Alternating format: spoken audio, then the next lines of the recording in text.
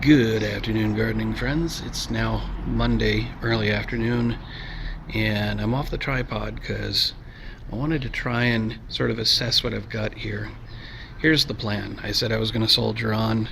I've now secured permission from management to go ahead and move all of those pavers and plants over here, which is more of a sort of private area behind my apartment.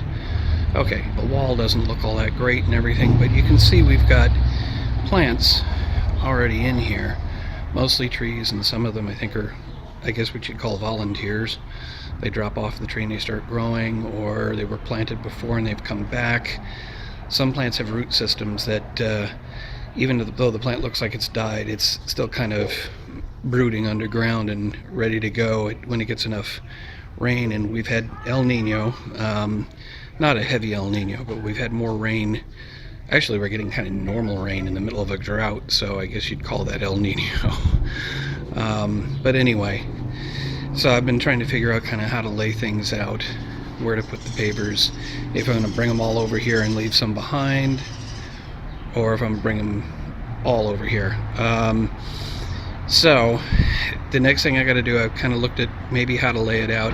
You can see we've got kind of that mottled sun here, and I've got to figure out, you know, it looks like over here there's more shade than there is over here, so I'm trying to figure those kind of things out.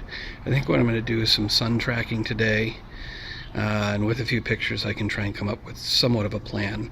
So we're kind of back to where we were in December, but we'll come up with something.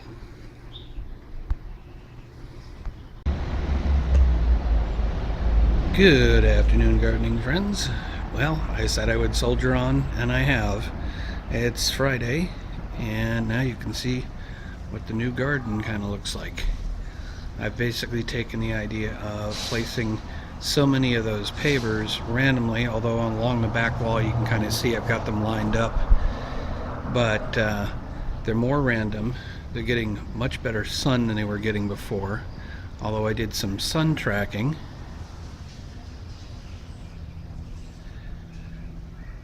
During the week, and I found that they're getting about 2 hours of sun in any one particular place.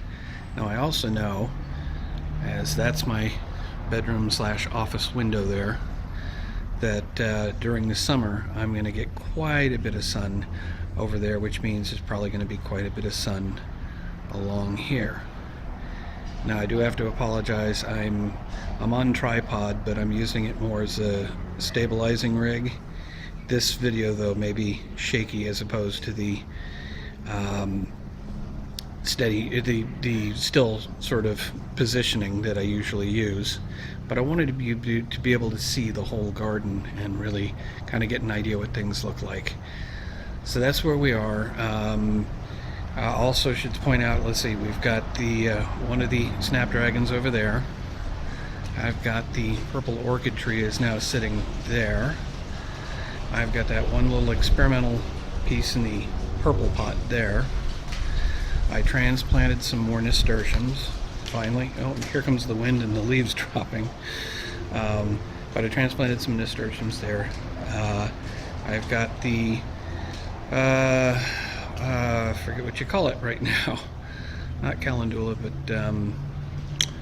I'll think of marigold. I've got that sitting there, and that's one more snapdragon.